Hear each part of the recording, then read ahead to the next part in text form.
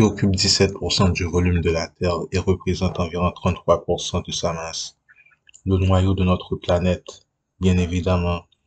Celui-ci est composé de deux parties, le noyau externe, liquide, et le noyau interne, que l'on appelle graine, et qui en est constitué essentiellement de fer métallique. C'est ce dernier qui occupe l'intégralité d'une étude scientifique publiée le 23 janvier dans Nature Geosciences. D'après cette étude, le sens de rotation de la Terre pourrait changer. L'étude en question révèle que le cœur de la planète Terre se serait arrêté de tourner avant de reprendre sa rotation, mais dans un autre sens. L'information pourrait paraître anodine étant donné que les faits remontent à 2009 et que nous n'avons rien senti. Pourtant, elle pourrait avoir des conséquences. Explication. D'après les chercheurs chinois à l'origine de l'étude, ce noyau interne où il règne une température de 6000 degrés, situé à 5000 km sous la surface de la Terre, change de sens de rotation tous les 35 ans. Les scientifiques, qui ont rappelé le sérieux de leurs études, expliquent néanmoins que les conclusions doivent être prises avec des pincettes, mais qu'elles mériteraient d'être approfondies. L'étude en question semble d'ailleurs diviser la communauté scientifique. Parmi les conséquences de ce changement de sens de rotation figurent notamment des changements portant sur la durée du jour et sur le champ magnétique terrestre, des changements du moins en matière de durée d'une journée de quelques fractions de secondes par an. Fin de cet extrait. Comme vous le savez, il y a eu récemment un tremblement de terre qui a frappé de plein fouet la Turquie et la Syrie. Le fait est que cette catastrophe naturelle peut être naturelle comme le nom l'indique et peut être militaire aussi, étant donné que la Turquie et la Syrie supportent la Russie. Mais voilà, les retombées du tremblement ont été ressenties en Grèce, Palestine, Syrie, Liban, Chypre, Israël et apparemment jusqu'à Porto Rico. Ce n'est pas la première fois que cela arrive, mais ceci pourrait être les premières conséquences directes et visibles d'un point de vue de densité 3 de la cessation de la rotation du noyau terrestre et de son enclenchement dans le sens inverse. Nous vous invitons donc à prendre soin de votre âme, car à long terme, c'est vraiment notre meilleur investissement. Le développement de l'âme, la croissance de celle-ci vaut plus que les préparations matérielles en cas de catastrophe. C'est important, mais le plus important, c'est celle de l'âme, peu importe ce que pense 95% de la population. En mentionnant l'âme, il convient de dire que la dernière a de nombreux composants et qu'il est possible de réaliser beaucoup de choses avec ceci. Les informations essentielles de l'âme sont probablement secrètes. Nous sommes sûrs et certains que des objets tels que le Saint Graal, par exemple, l'étude du Saint Graal, pour une personne assez chanceuse d'être proche de l'objet sans mourir, car on meurt en l'approchant selon les rumeurs, eh bien, un objet comme le Saint Graal révèle par exemple les secrets de l'âme. Les yogis qui sont en mesure de faire ce qu'ils font possèdent un degré avancé pour ce qui est des choses et sujets occultes concernant l'âme. Un exemple concret, mais probablement réel, de choses occultes de l'âme et que vous connaissez sûrement est celui des Horcruxes. Ce n'est pas le but de la vidéo, mais une personne en touche avec son âme. À un niveau profond serait peut-être en mesure de faire ce que vous avez vu Voldemort effectuer dans Harry Potter. Les trucs de réanimation corporelle, transdimensionnelle peuvent en fait provenir de l'étude poussée du concept de l'âme, comment manipuler la fréquence, ces choses, etc. Il est en fait possible de voir l'âme. En faisant des recherches, j'ai vu beaucoup d'infos qui diffèrent entre elles, car le sujet est vraiment compliqué. Mais l'âme est contenue principalement au sein du corps et d'une partie du cerveau. Pas le cerveau lui-même, mais un composant formant celui-ci. Et nous voulons en venir évidemment aux glandes pinéales et pituitaires. L'âme est composée de toutes formes de couleurs, principalement de l'ensemble des couleurs de la combinaison de l'ensemble de vos chakras. L'âme est circulaire et ronronne constamment. Son mouvement, sa direction, elle effectue un mouvement circulaire. Si vous voyez l'âme, l'œil nu, en fermant vos yeux et la voyant toujours, l'âme ressemble exactement à un petit plume d'aile de poids d'oiseau, d'où la récitation des anciens égyptiens au sein des 42 lois de Mahat, affirmant que l'âme du défunt ne doit pas être plus lourde qu'un petit plume de poids d'oiseau, afin d'effectuer dans les meilleures conditions son voyage dans l'après-vie. Comment voir cela? Nous avons entendu une chose et nous en avons fait l'expérience, donc nous pouvons en attester. Généralement, si vous êtes spirituel si vous êtes spirituel et à la recherche de la conscience de votre vivant, en frôlant la mort, il est possible d'avoir une meilleure vue de la voile, du moins de la voile séparant le monde astral et physique, qui sont vraiment des réalités de complémentarité et une seule réalité.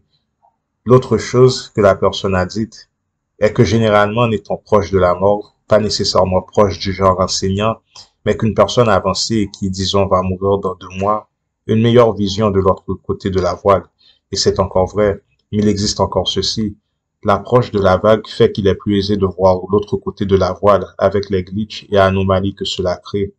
Si je serais vous, outre essayer de gagner votre vie, j'investirais dans le développement de soi et je ne parle pas de rejoindre des gens dans les centres de développement, etc.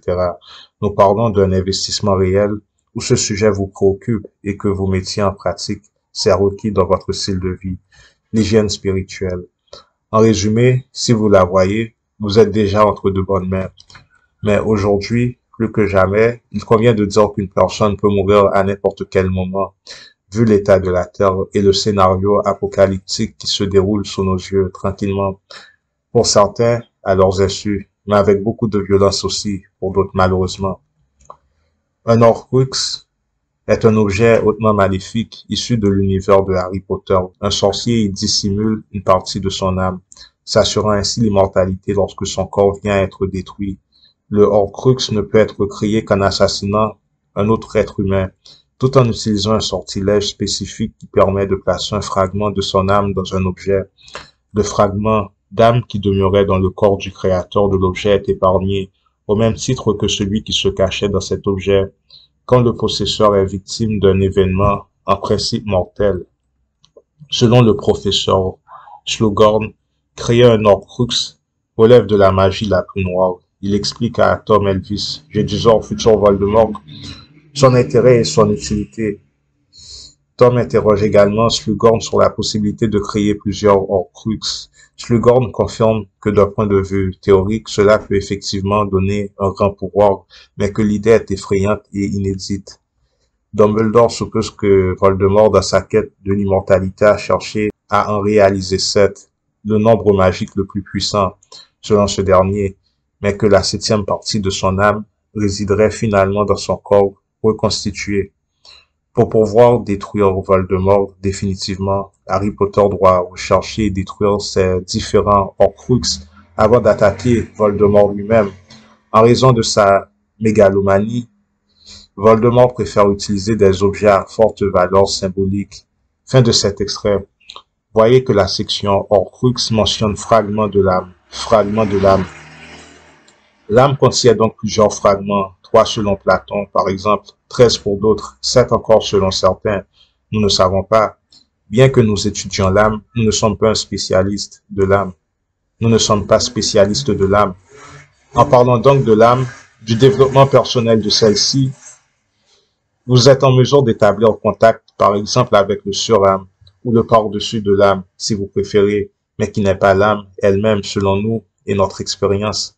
En parlant du surâme, ce sont majoritairement les êtres de densité 6 qui sont en contact avec celle-ci, c'est-à-dire le début de l'existence angélique. Nous l'avions déjà dit, mais nous savons que cela n'est pas capté par tous. Mais lorsqu'une personne recherche sa bénédiction des cieux, du paradis, ce sont les êtres angéliques de la densité 6 qui consultent votre âme et qui font pleuvoir ces trucs sur vous selon certaines conditions. Une fois de plus, selon certaines conditions. Qu'est-ce que cela signifie? C'est assez simple. Ces bénédictions pleuvent sur vous qu'à l'unique condition de réaliser sa mission de vie, sa mission de prédestination. Et la consultation est faite avec le surâme qui correspond au directeur/directrice de l'âme. Pour ce qui est du surâme, il est probable que son lieu de résidence correspond à toutes les dimensions à la fois. Nous n'en sommes pas sûrs. Donc l'âme est intelligente, elle peut vous avertir, c'est votre conscience qui le fait lors de rêves, cauchemars, etc. Ceci nous amène à un point clé de la vidéo. Nous ne sommes pas notre âme, vous n'êtes pas votre âme. Vous qui regardez, qui parlez en ce moment, vous n'êtes qu'un figment, qu'une fragmentation de votre âme. La preuve est que l'âme peut décider d'abandonner votre corps si c'est son temps de partir. Incroyable mais vrai.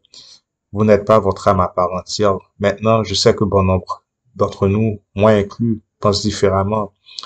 Mais nous ne sommes pas notre âme. nous ne sommes qu'un réceptacle actuellement pour celle-ci. Cela ne signifie pas non plus que nous ne sommes qu'un corps. Comme dit, c'est un concept compliqué. Extrait. Un corps est animé par l'infusion de quelques formes de schéma patron énergétique. Serait-ce le chi? Ici, il faut comprendre que nous percevons l'âme comme étant la force animatrice de la biologie et que lorsque celle-ci prend son envol, le corps expire. Est-ce correct? Pas totalement, car vos données d'information sur le sujet font que vous formulez des conclusions incomplètes. Pas totalement, car vos données d'information sur le sujet font que vous formulez des conclusions incomplètes. Fin de l'extrait. Et une de ces conclusions incomplètes est de penser que vous êtes votre âme à part entière. Le développement de l'âme est un développement de la combinaison de toutes les densités en existence menant à la réunion avec la source de toute vie. Il est impossible d'être en accord avec son âme si vous n'effectuez pas la mission de prédestination de celle-ci. Si vous décidez de travailler en conjonction avec votre âme, c'est-à-dire reconnaître l'importance de celle-ci, vous commencez à entrer en unisson avec votre âme. Donc, vous avez une âme, mais vous n'êtes qu'en unisson avec elle que lorsque vous êtes en mesure d'interpréter les signes et les signaux lancés par celle-ci. Exemple simple. Une personne sous possession démoniaque est un individu qui n'est plus en unisson avec son âme. Démonstration simple. Si la personne est merdique, son âme peut décider de laisser le corps, quoi que cette personne en pense. Alors l'enseignant fut emmené par l'esprit dans le désert pour être tenté par le diable. Remarquez qu'il fut emmené par l'esprit. L'enseignant était en synchronisation avec son âme. Plus une personne avec une âme est consciente, plus celle-ci est en harmonie avec l'âme et vice-versa.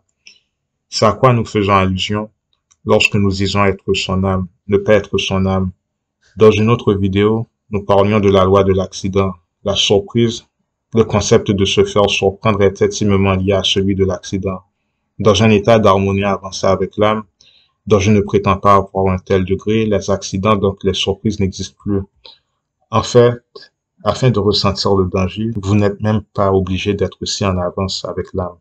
Mais voilà des caractéristiques.